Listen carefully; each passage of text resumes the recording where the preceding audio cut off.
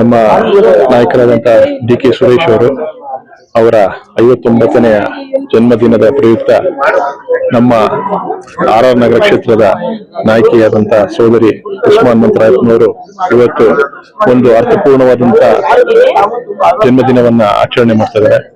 ನಿರಾಶ್ರಿತರಿಗೆ, ನಮ್ಮ ಸುಮ್ನಹಳ್ಳಿಯಲ್ಲಿ ಇರುವಂತಹ ನಿರಾಶ್ರಿತ ಕೇಂದ್ರಕ್ಕೆ ಅವರಿಗೆ ಒಂದು ಕಂಬಳಿ, ಹಣ್ಣು ಹಂಪಲುಗಳನ್ನ ಕೊಟ್ಟು ಅವರಿಗೆ ಒಂದು ಸಹಾಯಕರ ರೀತಿಯಲ್ಲಿ ಒಂದು ಹುಟ್ಟುಹಬ್ಬವನ್ನು ಆಚರಣೆ ಮಾಡ್ತಾ ಇದ್ದಾರೆ. ಇದು ಒಂದು ಬಹಳ ಅರ್ಥಪೂರ್ಣವಾದಂತಹ ಆಚರಣೆ.